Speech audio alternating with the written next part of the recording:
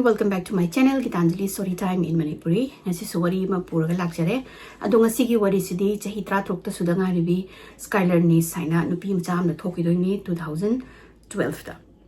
Skylar Neese February ki tang tara 1996 ta mase Star City West Virginia da pokpane. Magi mama sina Mary Neese kawe, mama sina administrative assistant nama oi cardiac laboratory amada. Aduga magi mapa David mayamna Dave hai ka so khangnei Neese asisina product assembler Walmart. Aduga Skylar Neese na mana macha ma mathandani. Skylar se koi straight A student ni ko adi lai yam haiba adum A ga phangba adugumba angang nupi macha mane aduga ma se lai pa pasu yam pami aduga social media da yam thina active oi Facebook amasung Twitter da Skylar se honor student so amani aduga mana chawra kanda maji criminal gi defense lawyer oi ge na magi aim ni magi school hala aga spare time sida Wendy's aina restaurant chain amale fast food ki restaurant ne asida ma se part time na thabak tawi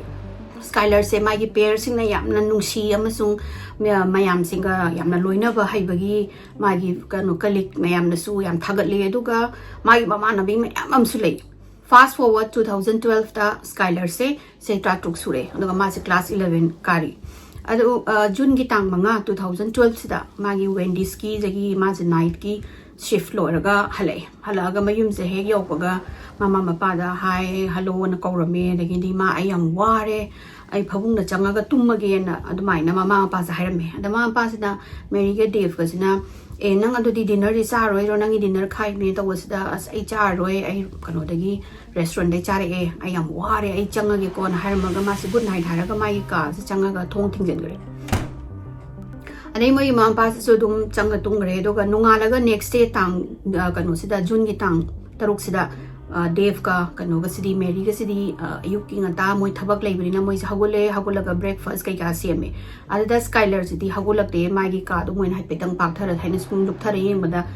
close oraga lai do usually mai gi ka se dum thong lo laga lairaga di ma se tumme ai se dum tum kan number thong lo le Adaida Skylar mo ni mama ko nos mate banaw ni haina re ma Skylar se tummi ma le ma do ngarang je thing halap da war mani phare haudok pira roi se khuni dum kano charaga breakfast araga mai ki thambiram se do dum thabak sa da se na Skylar kano se ga Mary ga Dave ka sina machan pi se su dana aduga kano hairam dana hadi bai hairam dana dum thong lo tam hadi tapna thingjen biram ga ma dum tumjara sano na chat khare Asigi nungthin sidaida Dave se thabak halap pasida mana mayumda changak pasida mana hi Skylar I'm back and I yum hale khole taw pasida Skylar gi makhon ta dab sida mayum kanu sina Dave sina kapitang kai ni na khalle di hujik se pung ahum muk tare ma kanu yumda hagolaga TV thabani khangde khotpani mama nabi da wari sana bani khangde ado maine active oi gedabani ne na khalamaga ma sina yeng basida mai ka jam thong lo me thon basida ka inu ma Skylar jam se phoga tum le ra ma le ma kyam war sanu ngarang budi thak budi thing halap pani na ado isu pung nungthin gi pung ahum tare ma hagut pa yare na mana Dave sina machan pigi ka sanga ga thong je thile Skylar hagot lo thing ni nang dai no kuina tum ba ya ka no tor di kuina tum sela di na sa no ngai ro hagot lo na thong jam thile ten basida sumna kanu sidagi Skylar gi ka se gi thong hang torakte aduga mapa sina sumaina non tharaga tap tasu la kan to gi lang ba khot pagi de on ba khot pagi makhon kari gra amata ta di ta da sida kanu se Dave sikitang strange oina khalle ba kai nu ma na manung gi su kai ngang ba khot pa makhon su ta di aduga thong su hang torakte na dai ma sina mu Skylar yare thenge thengman gre be ma hagulo nang hak le di mo kanu tawrani nang gi shift ki mu taw kanu la ke ha kanu gi matam yaurani hagulo na thong se then ba sida thong je hang torak tabdagi mapa sina kai tawra sanu ne na thong je kai mana no ton o kan tawraga hana leiraga thong hang tok basida san pi se phabung da leiba uda dai mana ka manung da changaga Skylar na ma sa koi ko re ma ko yeng are mana ka inu Skylar je kai chakra ge na dai barum ni yeng da zu barum su dum kanambu lairam dai adagi mana main pi sida Mary sida phone tawre matam sida Mary sida dum kanu da mai ki office da leiriba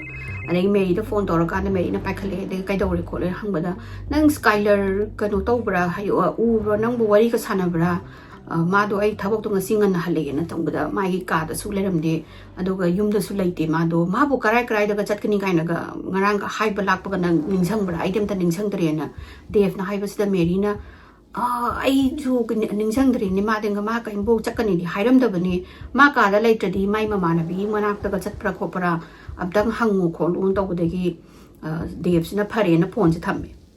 def sina mai nu pi ga phone hek thambaga mai ma sanu pi ki phone sida amuk tawre tawsida phone ji sung pai raktre dagi di hanjan hanjan kinga su pai raktre dagi mana kanogi Skylar gi best friend nam lay Shila Edi na moyani se sahi ni pan moina class 2 ka dagi tindarakpa mama na bi ni yang close oy aduga Dave ka zu adum mama na bi ga close oy rabina moy mayumda dum lauk tholak sin tawdana khotana dum tawburina Dave ka zu dum close oy aduga merina zu adum yamna close oy na khanba du mama na bi ni adai mana phone ji tawre phone ji tawraga da kanu sina Dave na Shila smaina nang kanu ga Skylar ga wari sanabra khotpra adona tragana ma kadai lege nang khangbra pratawusida Shila sina ai di khang di Dave ngarang khak thengna ma ngarang de thengna me do ngasi gi di ma thengna dri na hai Shila nang soidrabra haidi ma kadai jakani khokani ko pakai banong na hairam da bra khota pra tawusida Shila na hairam di Dave ai mangarang nungdang khak ma ga wari sanai de ngasi gi di sanadri na hai Dave na phare Shila do dinang smaina ma no atopa no na manbi kai ki na manaba leibak khangba ada haipetang hangbiro aduga kai gumba ma do mapam khangaga di nang akhoi da inform tawro aduga mangonda zo hayo smaina magi parents na kano tawri ma thi ko le ka di phone to hayo kholo na haraga kano na Dave na Shila da thanks tawraga phone je thamgai Dave na phone je thamaba matung sida mana ka manung sida anything out of ordinary or the kari kai topa hana ki mawong da lairam da khotpa yaw bro khopra na koyeng la yeng basida kanu sigi kanu gi Skylar gi thongnau gi kanu se mapa se sida mai gi kanu se hujiki thongnau se smine to ra chinghan mathakta chingkhat bani ko ado kitang haina hangtu podong to adai sma sina hapitang yeng basida moi mapan gi thongnau gi mes ama khapak screen guard ama khat pa je yaudaba ui aduga mana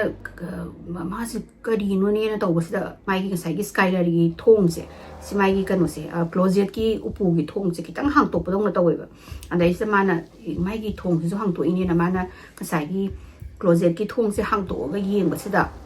sai gi moi thongnau gi screen guard se lok tho ga si upu manung sida thamame basida Dave na khalle hedi kari no masigi thong no kanu sipo screen guard se di thongnau se da legedabani thongnau gi mapanda thelaga legedabani adubu kari no sida mana kanu sida mai gi closet manung le ni sipo kari no mana problem salaga thongnau se smaina mai gi sa kanu kitang hang to pose se mana makot ni thingjilaga chingkhat le yeng kan da di jigi screen guard se yawromdre screen guard se yawromdabdi mana da gi li thoga ko yeng hedi karai ma gi se di kari no tawri sibu mana screen guard kalone lok thomi sibu kari gi no tawraga makha da phalongna yengdarak pasida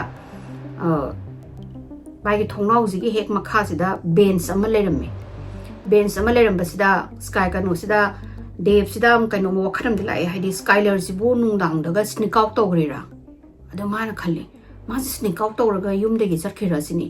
adagi ma na usagi makok su kanu mu mai makok su mu ka manung se pusalaga ma na mu yeng basida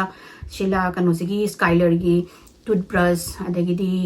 phone gi charger ade mai ma phimaron sing di loina leiba ade mana khalle mana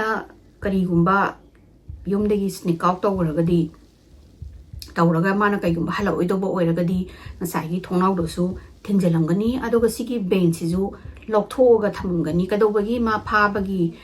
haidi phajano haibagi type ta kadobai thamam doino mara bench ju thamami dogo thongnau gi ju loina mak haidi thingjandabi da kitang khak makhut ani smaina thingjan biya bata thamam hin sijana di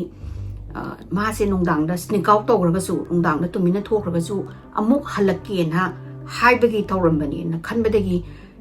Dave si pakhat haidi ma din ungmata mana majan pi sin sai ta tu surok pasi bokta nungmata mai gi kanu si majan pi si nungdang da sneak out to heb si ma su khang de Mary ji su khang de ba Dave si na pakhat man da mai ni pi si da phone se tawraga Mary smaina aina kanu da Shila da su hange Shila na su ma nung nang wari sana ba da gi hen sana de hai adu duga mai gi ka da mai gi closet manung da screen guard tu su thognau gi screen guard to su lerame aduga thognau du su kitang hangto thamame aduga thognau magi thognau ge makha do almost 3 feet more mani hai sida ben sam du thamame adaina wari sare adagi kano sina Mary sina kaino hai si bo magi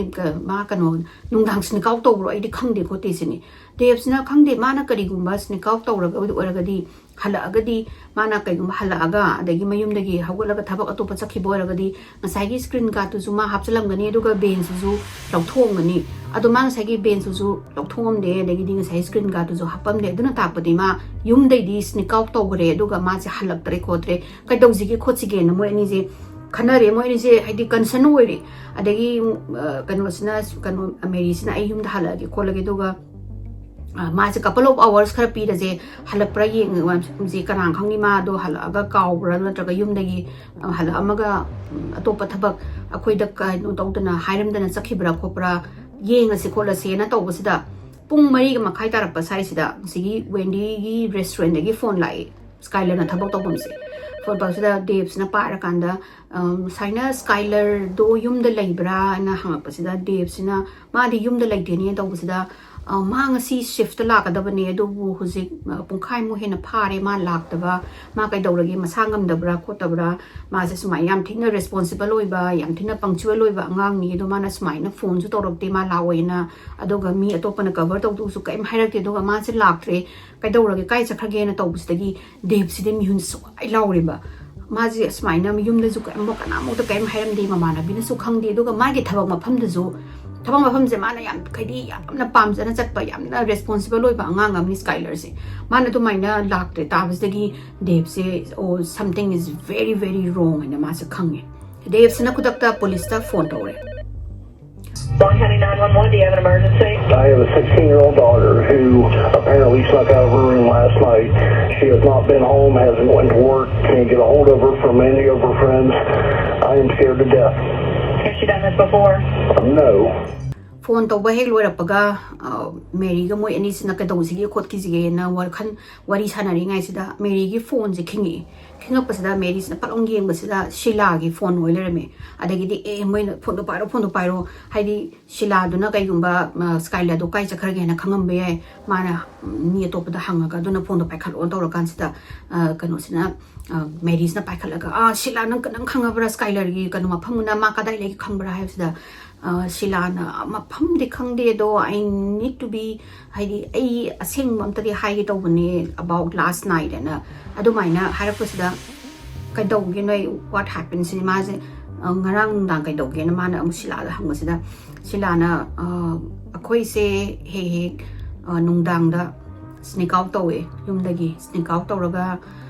मफम अमदा उनरगा आदि कनागुम कैगुम गाड़ी थौबा मिदुना pickup तौरगा अदुगा कोई हे marijuana कनो तौबा गंजा थपा चलिएना दुमाइना worry तौरे गंजा थपा चली से मोगी बेस्ट फ्रेंड अमा मुलेको रेचल सॉफ्ट कोबा मा रेचल सॉफ्ट सिजु स्काइलर ने अदगिदी शिला ने मोय हुमसे तीना बेस्ट फ्रेंड ने दे वर लाइक इनसेपरेबल अदुना मयामना खंगे दुगा रेचल जिजु डेव नसु खंगे दगिदी मेरी नसु खंगे मोय मयुमदगा स्लीप ओवर तौबा दुम लाक्तना खोतना अदुगा रेचल गी मयुमदगा चतना खोतना अदुबु यामना क्लोज ओइरगा हेना अंगांग ओरिना दगी खंगनारपदुदी शिला सिगा ओइना खंगनबने बस स्काइलर से अद मोय हुमजे मोयना थोग कदी हजिकी मोय हुमजे युमदगी स्नेक आउट तौरनी अदुगा गंजा थगा अमो युमदा हलकपने खोटपनेना अदुमाइना हाइरबा अदगिदी देव कनोगसिना मेरी गसिना करिनो हाइजे नंग नोय अहुम अतोप कई तौगे खोले सिंग अमता हाइरोना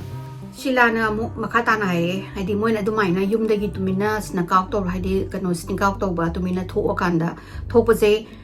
पिकअप तौब लापसे डायरेक्टली जिकी पिकअप तौरिबा लाइबा कनो से मी से सिगी मयुंगी मनाक्ता कार से सुंगाम खामदे मोयना ब्लॉक अमा नत्रगा अनि लापना कनो से खामगा गाड़ी से खामगा जिकी अमा पिकअप तौरिबा लाइबा मानबी मोयसे सिदा मेसेज थाबा नत्रगा phone तौरकांदा moina makhongna block amani se chatlakanda gari se tonga chatli kholena adumaina hai kaigino da moina ziki apartment gi manakta nungdang da gari khambado gari gi makhonduna parents sing na natraga mayam na neighbor sing na gahulaga uraga kholaga moido phaga daina pakhat padaini adoga mu moina thaurani thauraga moina thakado ganja thaktoba thakoi ko thau hala akanda ju same huziki kanu sida mampham sida kanu khamde just amu block amani lapna khamaga adagi kumda hauraga zik moi dum block to dum chatlakanda adumaina tawwe khole khoi gi schedule se dumain tawbani adu ngarang nungdang do sumaina khoi snack out tawri aduga Skylar do aina block my block ani wali ngai ta drop torombani and aduga ma kanu and I don't know haidi shilan haise ma kumdharaga yumgi kanu da direction da di chatkibani adubu ma apartment da changibra aduga yumda yogibra haibadudi ai uhodri ai di ma dum drop toromaga mana yumgi maigai rom da sakhiba ubudagi dum gari thaware na daina shilana khume si tabadagi di America Dave ka se pura horrifying oil moise they were like horrified habadi moina khali se adudi shila sina huziki block to dagina moi apartment bu pogi lapagi lambi sida ma je phagi bagi kidnap tawgi bagi abduct tawgi bagi possibilities yam thina wangi sini huziki mana moina drop toro me haiba block se sidagina moi apartment ulak pasida lambi se mamme noga yam kanna khoi gi mai mayam street lamp do thamba nate aduduna amambaduda mana mathanda chatpaduda dagi ngai gi ganja thakpagi ngau bane khotpane tobusida mi amana ma se phagrabra sigi possibilities am wange na moi je mihunje asi tabadagi dev ka kanu ka sidi wan thadoreba Shilana hek phone thamgibaga Mary sina khutakta police ta phone tawraga police da mana sumaina mamanabi ga moi sumaina snack out tawe khole hai adu sumaina drop tawrame moi adwaina gai thaure kholore adu tung mori se loina tawra matung da police na phare akoi suna kana thiba gi haurage na haraga phone ti thamraga moi tumina phamadi yadabani na kanu sina dev sina shilagi mama se phone tawraga kanu moi sumaina masana bijam da thimina sila kholo yum da halak ko tawdagi khudakta moi gi shilaga da shilagi mama se ga lai laaga moi dai gi area huziki moi drop tor mi ba khola bi koi ti re habidi kana khangni shila do kanu do Skylar do ganja ngaurabina sta da na ga so abra khola bra natraga na ma da sumaina ga kachin na ga khong haidi adu maina leram gadra na khalaga moi sing se koi Itire dagi neighbor singi thong dozens of moi yum mem chatna khotna thong thindana Skylar ubra no yang kan no hedi anything ngarang nungdang ubra do tawra loina hang basida kana ambong na haire Skylar moi di uti khote loina khumaga moi na thiba so yaba thiba su phangdreba hoi suna kan da police su kan thirimi ko do su moi na mu thib da su moi su amta khangdre kan ambong na khangdre there was no sign of Skylar moi na thiri ngai sida Mary na realize tawreba ziki shila thamame hariba moi ziki block se road se sida security camera ama CCTV ma lei habase ade mana si mayam da hairaga moi ziki do di CCTV se moi security gi manager do da hairaga amte gi musi na moi se pop up la ela aga moi security manager da haira smai tawbani yam thina emergency ni nupi macha do chai tratuk supati ne do halaktre khotre do tawtren tawbadagi manager sina phare na hairaga ngasai gi moi gi nungdang do gi CCTV je footage se Kantauri hang to yeng masna sagi footage se doesn't make sense ko haidi moina khali duga kaino ma iwon onayeba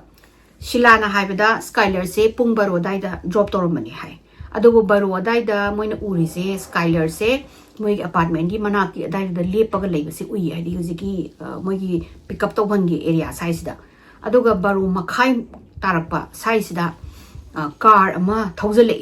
car ma masakhang da ba car ma thouzale aduga Skylar sina car se da ida munne yengamaga hobe sen khraga maningi seats moi kano se manungi kano se thong se hangto oga maningi passenger gi seat da kakhatlaga thong thingjalaga gari thogi base uiba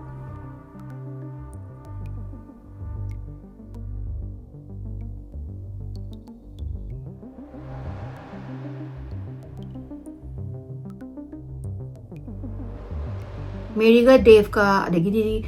shila na sigi gari laiba gari se kana gi no su khangde adagi kana na gari se thawi have su moi khangde kadai da thawri no have su khangde ado erga su Dave ka Mary gi perspective ta gi di hoi mai masana piduna sigi gari se mana masana gari se khangmagi thoriba mi je khangbagi gari sida mana willingly chakhibani aduna haibadi ma je abduct tawgre haibasimadi possibilities madi kakhat pa yare haibasigi khanbada kitang relief tawe hadi masana biduna mi do khangena Huziki community mogi Morgan gi community mone lai se Morgan town gi community singsina smaina Skylar se mangare na tabadagi moi singsina rally tawdana nungdang ko ti dana adagi di volunteer tawraga chatna moi mafam ko ti re dagi sai khani missing teenager do krai chakhrabanona adagi police na investigation ama launch tawre adagi di moi ngasai gi footage to yeng ba haure adagi rumor ama sukana mu maraksida mu mayamna kana mu haigaleba haibadi Skylar sina moi house party ma attend tawba chatli samka nupa kharaga aduda moina drug charaga drug ta OT chatlaga maje sibadagi pakhat mandana hujiki nupa singjina mai gi body je langthokhibne hai khole ka haibagi adugi mu rumor mu moi jigi town sida hauri police na follow up tawre ngasai house party da drug chaba khopa do tawi odi tawi haise adu evidence amta phangde smaina Skylar laga yawi khole haibagi adagi di moi jigi house party du su tawi khole haibagi phangde was just a rumor adagi police na ngasai kanogi security gi footage se asi se analyze auraga sai car do information je longna hona bada yam ware bai ding sai footage mai yam seng daga yam thina grainy oibado adagi di boisu adu do hoi atopa mafam amada tharaga moi experts in the tawringa gi marak sida police na dev ka kanoga sida haise meri daga haise masanu pido hedi ma kem tawroi kem khan gano maybe ma yumdagi chen gi borangani like teenagers too moi sai America teenagers sing the yumdagi chen bi am tawi yumdagi chen khraga ma do mafam amada leiraga and after couple of days manu mi khan leraga chaba thakpa paisa wala kanda amuk halakchagani like everyone like every teenager do kai da mana gari du da masana ma do phar ga hapsan gi bana te mana khangaga gari da tonga chakhibani khotkibani na asi haibasida Dev sina yaning deba man haidi ma gari guma yumdagi chen gi do boraga di magi phone gi charger ka do bagi yumna thamami haidi madi social media de anthena active oiba adum tweet tawdana po ka di FB da post tawdana adum leiba angang ni adagi di magi mafi maron madi anthina magi mafi set paje anthina kanu tawjaba yamna kari tai highly yamna khanjabani dana mai mafi maron afaba sing galai sing to amata ka do yom gi dino magi toothbrush mai toiletries amta yom gi dino adu police na hairi ma yumda hoi halakani noi kem khaluno aikoi smaina siguma case mayam thingnarabani teenagers na smaina yumdagi chengraga they will stay couple of days outside ko moina kai no moina papa ma tawlaga and they will come back home ado yenga si college edoga ma halakani halaktraga mo khoi site to ino khoi adum investigation edum tawge banwai wakhan yamna warurano ma soidana halakani na hairamaga police sakari dev ka meri ga jungaire numit khara ningairame pawa mata lakhidre adagi din numitagi mu hafta mu ongre hafta khara mu weeks pass by adu su ka embo paw lakre mai gi machanu pi gi adu do embo khangre weeks tagi months ongre ba months ongre adu bok the paw amatta lakre mai machanu pi se karai da no khopana na at one point merigas kanu na su dev ka su khalle asing magi khoi chanu pi sibu yumdagi chen graba jala akoina tina nungsina pamper tawraga mana haibada yaraga amna khoidasu amna draw tawdana khotana loimak share tawi chanu pini mana ka doga khoida kaimbo hairamdana yumdai chakhino haibagi kono si matha saraga dum leire bodi tha do mari manga sujala age paw amta ta da leiramina nakanda investigation ju dagi di massive search su kana tawrimni ko tawraga ngasai gi Morgan town gi mi singsina zu atai di hangi khongkap tara jatpaga Skylar gi magi mang magi missing gi flyers and nap to ni na asi nu pisu ubra si uraga di police da phone toro si mama pa gi number ni khot pani na adagi Skylar gi magi best friend magi closest friend jo Sheila ga Rachel ga na jo mafam khuding gi chatna school khuding gi chatna hospital khuding gi chatna no asi nu pisu ubra kopra even moi ko man moi me singjina neighboring gi moi gi town da si da chatlaga kanu je flyers every hoi gi convenience store khuding gi adagi di gas pump khuding gi petrol pump khuding gi mafam khuding si da napaga literally me singjina chapda khongkap tara si da Skylar je si angang je mangi nupi masa si ubra disappear to gore khot kare na ine ba adugi despite adugi effort haidi moina adugi effort mem thadaraga jo kana amung na khangdre ba Skylar je kadai da laigrabano kadai chakhrabano there was no sign of her sum mayamna khangaktabadagi information piraktabadagi tips piraktabadagi ma kadai chakhibno khangdabadagi case sizu forward tawba ngamdre case call oigre mama mapa dodi ekta devastated ore matha sare kappe laudna moi tv da magana khoigi local gi news channel da degi local tv gi moi cable gi kano da chatna khotna mai gi uttana khotna adi uraga di amta lao mai sanu pi se uraga di amta piro paisa ga se mayam offer tawdna khotna adu tawraga su kanam bongna degi lead amani la e adu the tips amani la e adu na thiuraga nekta Skylar do oiram da paisa do pamagi oina pungai hajan bagum oiram ba da mai tawrapodagi police na haise koi makhata namta thijan bazu ka emu phangdre khotre maybe just wait ma ka yu mayumdagi chin gi bor ga di lakchar ni na hairaga case dum moina kadi call oigre op adi tum gano orga su open orga su adu bu Skylar na mangi ba tha taruk sur kan sida twist ama lakane ba usiki moi gi case kano ki Skylar gi case da December ki tang 2012 da Skylar na mangi ba 6 months mu sur kan sida Skylar gi mama no bi best friend ama Rachel do adi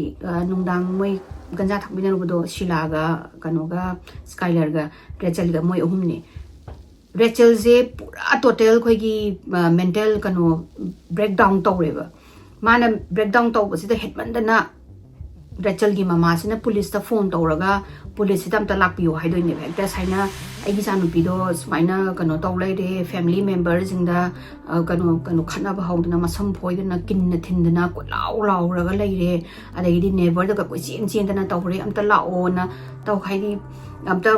mating taw lao pha ba ngamdre khoi kembu ngamdre khotre na ai video hapamge I have an issue with a 16-year-old daughter of mine. I can't control her anymore. She's screaming. She's running through the neighborhood. Give me the phone. No, this is over. This is over. Hurry up. Oh, God. She just gave me a block. Oh, God. Hurry up, please. Asigi matungdagi police sing jala kudakta la akanda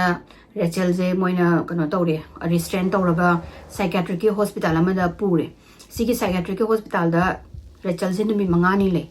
mangani leibaga ma je release ek tawbaga masina police station da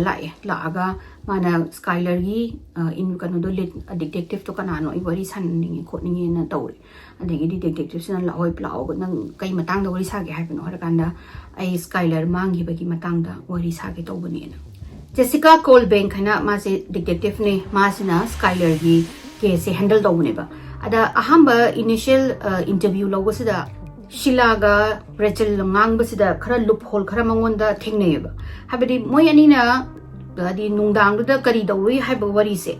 chap manana haibai tarani chap manana wari se exact same word season ba sida Jessica na khali je either moi je wari moi uziki moi nungdang da thoi ba thabak se rehearse tawraga lakpagi haidi rehearse tawba mi dana bo chap manana ngang ni natragadi mi amagi opinion amasung perspective se loina makhena ba ngatani wari haidi amana ngang ba se exact ditto adogi miwado amana ngang agadi dialogue pa badongna tawi adamana asigi mawonda di asije phau ba di mabaini gi wari se kan moi ani ma rehearse tawraga lakpa male haibagi loophole je amadi thengnei ba Jessica gi guts tadi mana feel tawri je Sheila se yam thina lan bagi acting ama tawi aduga Rachel sina yamna ki bagi acting ama tawi na adai moi sina makhata na kano tawi thijan hunjan ba tawi moi haidi moi ahum jigi relationship se kamai tawi no kholi no na ada moi na khangmanga mi je Skylar ga Sheila sidi moi na in haido chahi nipan surakanda moi ani kano da class 2 karakanda thengnarakanda they become very good friend moi ani is best friend inseparable friends oi haidi oi sigi matungda Rachel jina class 11 da changakpane ba class 11 da changaga moi ahum moi ani kanu siga Sheila ga Skylar ga tinnarakanda moi ahum je best friend olakanda they become inseparable again amagi mayum amada sleep over lake pa chatpa khotpa adagi lakthok laksen tawba khopa je tawropani adubu matam khara leiraga Rachel se Sheila siga close oiba henjele aduga Rachel gi family sina kari haidare ne yamna strict oiba koi gi Catholic gi family amnagi background di hore Sheila sina single mother na yoga yam thina chill out oiba environment hadi dum tongdibada kaim haidaba khotaba whatever you want haina dugum bagi type ta aduga Skylar gi family sina kari khara adum haidi chilau roraga su mana mu khitang amu restriction laiba adugumba family adodana Rachel na Sheila se look up tawjabado haibidi ai haidi smaina magi di amthina strict oiba family dagi hawrapani adodana Sheila je oina mana hena kano pamjabado Skylar na mangi tawba numit humni marini wale mamang sida zigi moi gi friendship ahum zigi manung sida tension guma mala eba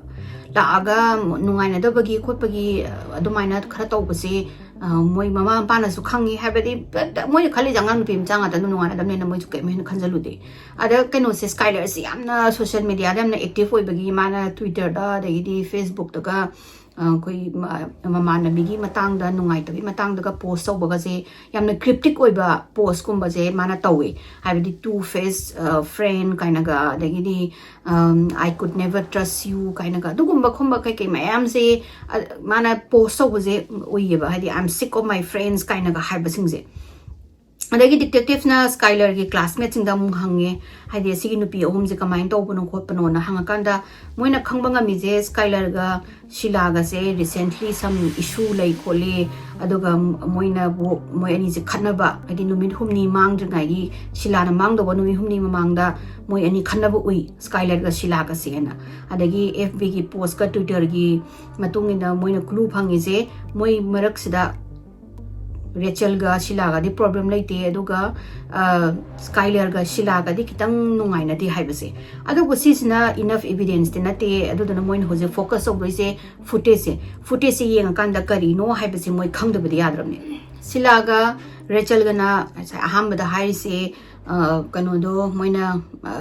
Skylar do pung 12 da nungdangi pung 13 da pick up tawraga aduga pung baru da drop tawrome na haibani adu sagi footage to moina forensic ki kai da loina thara kholaga mayek to sengto okana di car do kana gi no na khange car se khangbadagi di amu ani je kaukhatlaga moina haise police station na kaukhalaga questioning amuk tawbane ba adu hujiki nupi ani sina adum haidi same pot se repeat tawle do habidi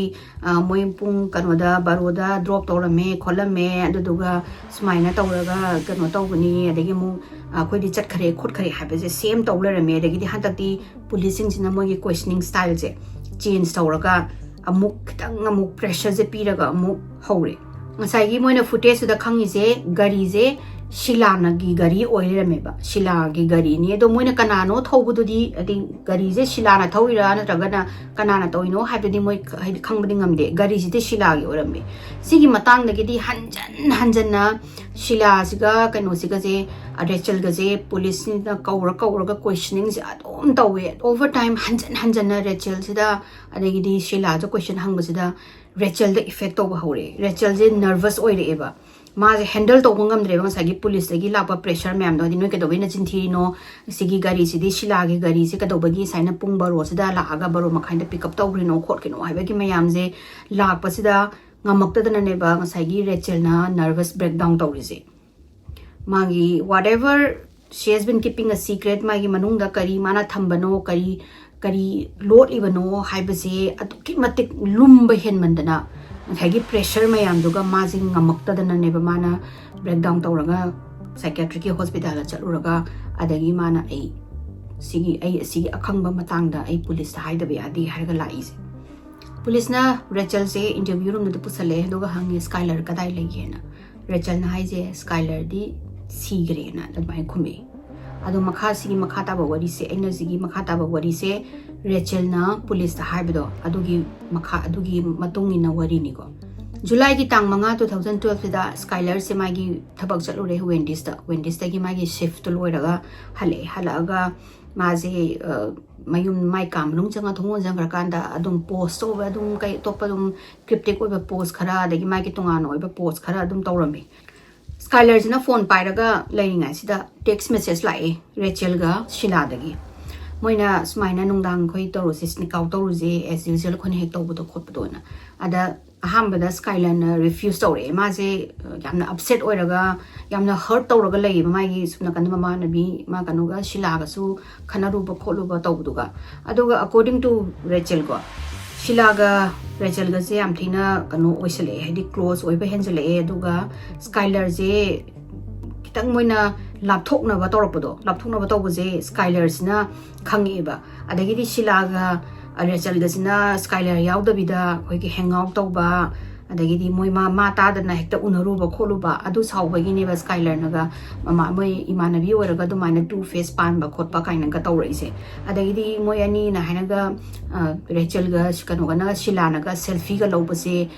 ꯀꯩꯅꯣꯁꯦ ꯁ꯭ꯀꯥꯏꯂꯔꯁꯦ ꯌꯥꯎꯗꯅꯕ ꯈ꯭ꯋꯥꯏ ꯃꯅꯤꯡꯒꯨꯝꯕꯗꯒ ꯂꯩꯍꯟꯕ ꯅꯠꯇ꯭ꯔꯒꯅ ꯃꯥ crop ꯇꯧꯔꯒꯨꯝꯕꯒ ꯍꯥꯞꯄ ꯑꯗꯒꯤ ꯀꯩꯅꯣꯁꯤꯅ ꯃꯣꯏ ꯑꯅꯤꯁꯤꯅ matching outfit ꯁꯤꯁꯦ ꯀꯩꯅꯣ ꯇꯧꯁꯤꯅ ꯍꯌꯦꯡ ꯁꯦꯠꯂꯛꯁꯤ ꯁ꯭ꯀꯨꯜꯗ ꯀꯥꯏꯅꯒ ꯍꯥꯏꯔꯒ ꯍꯥꯏꯕꯤꯔꯝꯗꯕ ꯃꯣꯏ ꯑꯅꯤꯈꯛꯀ ꯃꯦꯆꯤꯡ ꯂꯥꯛꯑꯒ ꯑꯩꯈꯣꯏ ꯀꯩꯅꯣꯁꯤꯅ ꯁ꯭ꯀꯥꯏꯂꯔꯁꯤꯅ ꯃꯃꯥꯟꯅꯕꯤꯅꯤꯗꯤ ꯍꯥꯏꯔꯒ ꯇꯣꯉꯥꯟꯅꯒ ꯇꯥꯕ ꯁꯤꯒꯨꯝꯕꯁꯦ ꯀꯩꯅꯣꯗꯣ ꯁ꯭ꯀꯥꯏꯂꯔꯗꯣ ꯄꯤꯛꯑꯞ ꯇꯧꯕ ꯍꯧꯔꯛꯄꯗꯒꯤ ꯅꯨꯡꯉꯥꯏꯅꯗꯕꯗꯒꯤꯅꯦꯕ ꯃꯥꯒ ꯁꯤꯂꯥꯒ ꯃꯔꯩ ꯇꯧꯔꯒ ꯈꯠꯅꯔꯤꯁꯦ ꯁ꯭ꯀꯥꯏꯂꯔꯅ ꯃꯥꯁꯦ ꯃꯣꯏ ꯑꯗꯨꯃꯥꯏꯅ ꯇꯧꯕꯗ ꯅꯨꯡꯉꯥꯏꯇꯦꯅ ꯈꯪꯍꯟꯕꯁꯦ ꯀꯃꯥꯏꯅ ꯈꯪꯍꯟꯒꯦꯗ ꯃꯣꯏꯅ ꯁꯨꯃꯥꯏꯅ ꯍꯦꯡ ꯑꯥꯎꯠ ꯇꯧꯔꯨꯁꯦ ꯍꯥꯏꯕꯗ ꯃꯥꯅ ꯔꯤꯐ꯭ꯌꯨꯁ ꯇꯧꯕꯁꯦ ꯑꯗꯨꯕꯨ ꯉꯥꯏꯍꯥꯛ ꯑꯗꯨꯝ ꯃꯦꯁꯦꯖ ꯊꯥꯔꯒ ꯄꯨꯡ ꯑꯃꯃꯨꯛ ꯀꯩꯅꯣꯁꯤꯅ ꯁꯤꯂꯥꯒ ꯔꯦꯆꯜꯒꯁꯤꯅ ꯄ꯭ꯂꯤꯖ ꯁ꯭ꯀꯥꯏꯂꯔ ꯋꯤ ꯑꯥꯔ ꯁꯣꯔꯤ ꯅꯪ ꯑꯗꯨꯃꯥꯏꯅ ꯑꯩꯈꯣꯏ ꯑꯗꯨꯃꯥꯏꯅ ꯈꯟꯕ ꯅꯠꯇꯦ ꯈꯣꯠꯇꯦ ꯑꯗꯨ ꯇꯧꯗे ꯑꯗꯨꯒ ꯇꯧꯔꯛꯄꯗꯒꯤ ꯊꯦꯝꯕꯗꯩꯗꯤ ꯁ꯭ꯀꯥꯏꯂꯔꯁꯤꯁꯨ ꯑꯣꯀꯦꯅ ꯐꯥꯏꯟ ꯃꯥꯗꯣ ꯃꯃꯥꯟꯅꯕꯤꯅꯤ ꯅꯨꯡꯁꯤꯔꯤꯅꯤ ꯑꯗꯒꯤꯗꯤ ꯃꯥꯅ ꯑꯣꯀꯦ ꯐꯥꯏꯟ ꯑꯩ ꯂꯥꯛꯑꯒꯦ ꯑꯗꯣ ꯌꯥꯝ ꯀꯨꯏꯅꯗꯤ ꯂꯩꯔꯣꯏꯁꯤ ꯑꯩꯈꯣꯏꯁꯤ ꯊꯦꯡꯉꯦꯅ ꯍꯥꯏꯔꯒ ꯀꯩꯅꯣꯁꯤꯅ ꯁꯤꯂꯥꯁꯤꯅ ꯑꯩ ꯑꯩ ꯀꯩꯅꯣ ꯄꯨꯔꯛꯑꯒꯦ ꯔꯦꯆꯦꯜ ꯄꯤꯛꯑꯞ ꯇꯧꯔꯛꯑꯒꯦ ꯑꯗꯨꯒ ꯅꯣꯏ ꯑꯦꯄꯥꯔꯠꯃꯦꯟꯒꯤ ꯃꯅꯥꯛꯇ ꯂꯩꯔꯝꯃꯣ ꯅꯪ ꯑꯩꯈꯣꯏ ꯄꯤꯛꯑꯞ ꯇꯧꯕ ꯂꯥꯛꯀꯦ ꯍꯥꯏꯔꯒ ꯁꯤꯂꯥꯁꯤꯅ ꯁ꯭ꯀꯥꯏꯂꯔꯁꯦ ꯄꯤꯛꯑꯞ ꯇꯧꯗꯣꯏꯅꯦꯕ ꯃꯣꯏ ꯑꯅꯤ ꯂꯥꯛꯑꯒ ꯄꯤꯛꯑꯞ ꯇꯧꯔꯒ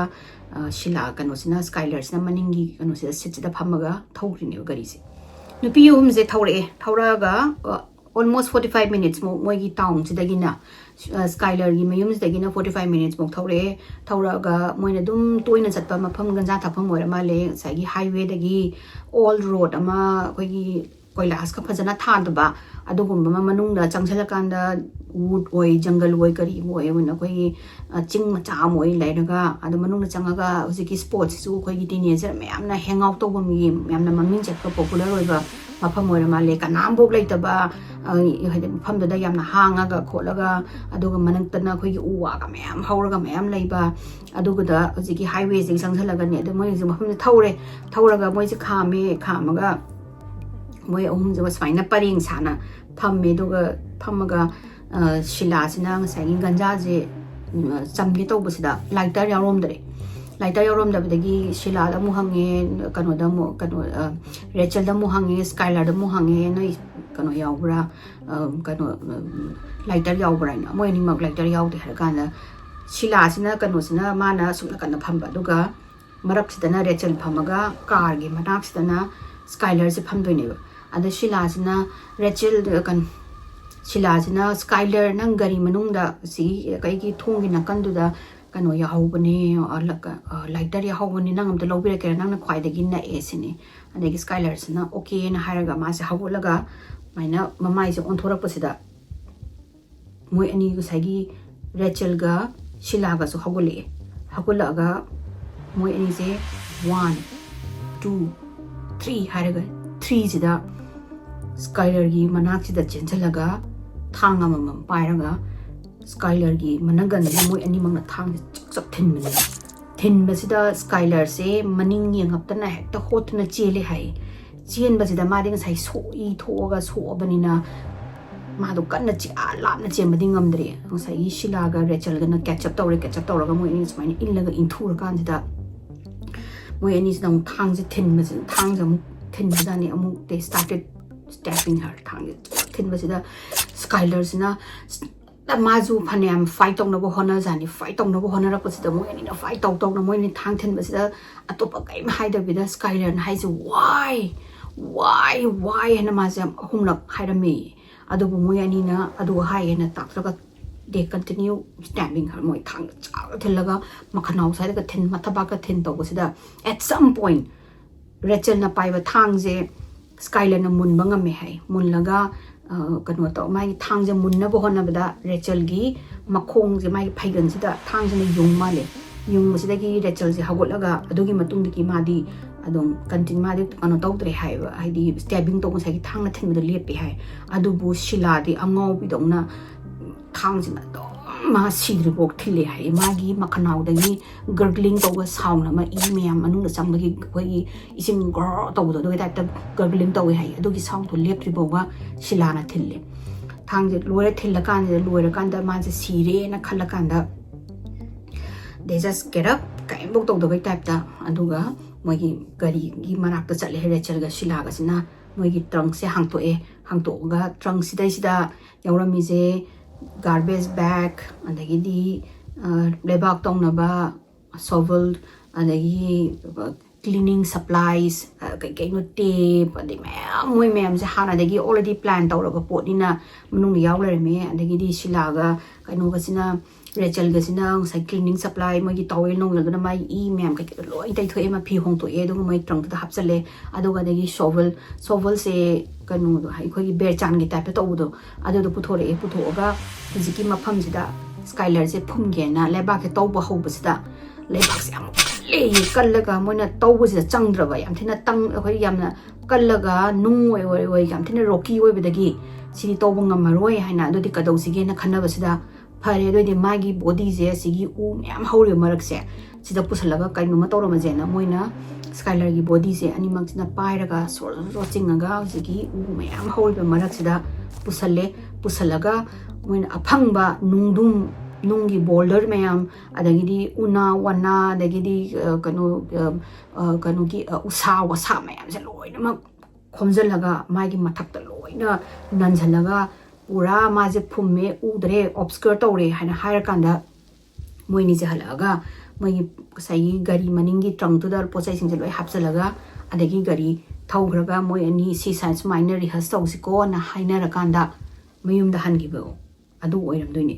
police na hange kadi gino Skylar do hali do na ada Rachel na kumai je shila khoini na maje we didn't like her di masung pam de ning sidare aduga mana kuni gi secret ama khangni adugi secret to mapana tholok tngai da amasung ma ga tin ningdre adugi harli ne na kaina khumi kari secret no na haibasida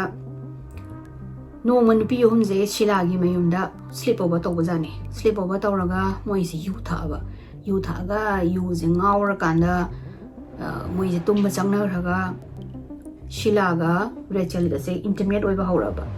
Hana dagi Skylar na doubt oi bajani da haidi moi ani jam close oi be heli se dagi mayam gi sum hai bada moi ani se koi nai kholi kai na ga sum hai base aham da Skylar na thajaram de adubu nimitu da Skylar moi do yu ngau bagi state ta lairabani na mi lai te khang da gai Shila ga Rachel ga se intimate oi raga lai base Skylar se na uraga u dagi Skylar je zu upai kemna te ma je tumjana raga di lairab jani aduga masai gi Mungala kanda di Skylar na moi ani je confront tawba jani tawba sida moi ani je yu ngawraga moi na hangai lola thamambado adu lot abaga moi hana lot pani khot pani tawba sida Skylar na saw moi na kadamo na kadobagi wa je lot ino kholino ai gi zu lesbian friend me am lai degi gay friend me am lai ni mon sing na haya dra do aina do man tawra moi je mare kha tawna re adu da Rachel jina hene ba man hena pakat pado Rachel gi family city am tina strict oi ba Catholic family am degi hawrak pani aduna moi gi mayumdadi sumaina lesbian haiba degi di yu thakpa degi ganja thakpa adegi gay haiba potse moi di prohibited is strictly prohibited Rachel gi mayumda aduna Rachel jina hena pakat pado haibadi mayam sing je khang adi kamai tong ni khoni ai imai pa na yumna gi tan thokpara traga ai atop ma phum thagi tare khopi taraina adegi nga sai gi moi je dum mari tong lar padagi di Skylar na cryptic oiba message sai gi Facebook da Twitter da post tawba sida Rachel gi wakhanda moi ani gi matang da mayam da soidana Rachel na hakano na Skylar na haidok rani na khalaga mana kano sida shila sida kappaga kholaga sumaina noi ani khana base khanara no kholano kano to haidi makai guma mana khoi gi secret se khangbani na mana kari mana khanga ga mai ham da haidok radi sumaina khana ga no khokano khana roi je kholoi je na asi hai henna shila asida Rachel je magi girlfriend ina khanbe gi rakhangde Skylar je ma angang wari ga legi tinda ga su nungsi da je sum hele ba moi ani gi mare je sum hele dagi di kano gi Skylar gi post ju cryptic ko ma kai bo lesbian ko pa amta pande ko mana two face friend adu du ka taw basida moi ani je hena pakhala kanda kari da decision lai ma akoi secret su khange ma ga su tin ningre I don't want to be friend with her hatu je na that's how they plan aduna moina June gi tang manga gi nungdang sida sumaina ganja thakse na kauraga hatse na moi ani na plan daw boy ne ba moina ba poma chai loina ma phum bagi kot bagi adai thang nung loina ma mayumdagi puraga laise Rachel na jo mo haire Skylar hat bagi se nu thani hum sure hi moina plan tawba aduga anamba Sheila na plan tawrok pani hai Skylar gi best friends na ado 2013 gi January hawrok pasida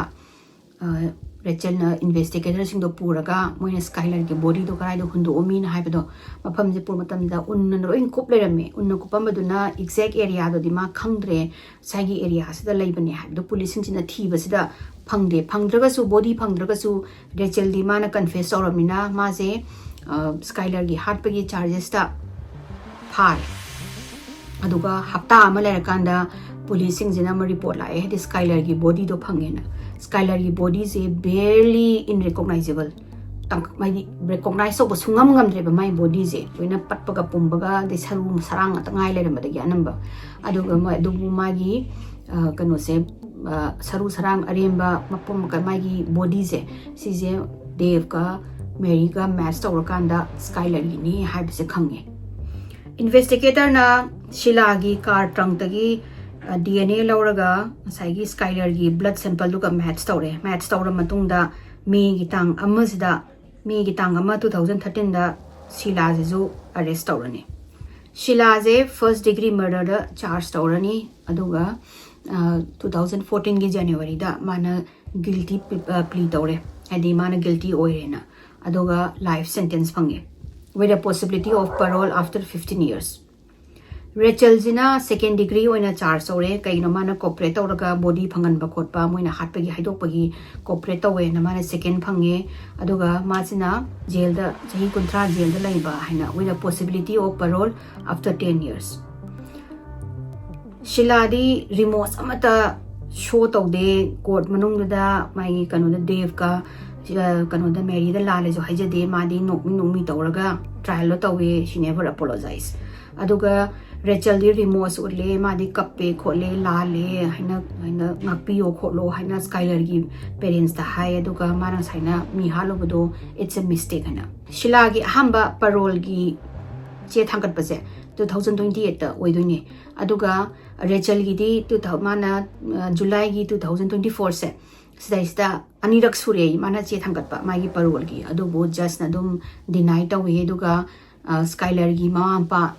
Dave ka the Mary Neese kana zo moi ani mak to thoudok kano khot kano moi ani je animal ni society da pun ba yaroi kholo ena moi na kana hojik fight tawre aduga Rachel gi official release date di April gi tang kontra 2028 ta oidoini adi mayam gi wari je site rochen jarage mayam imanabi tinabada section biu yumdagi thok to bo cha to bo khot photo bo le daga su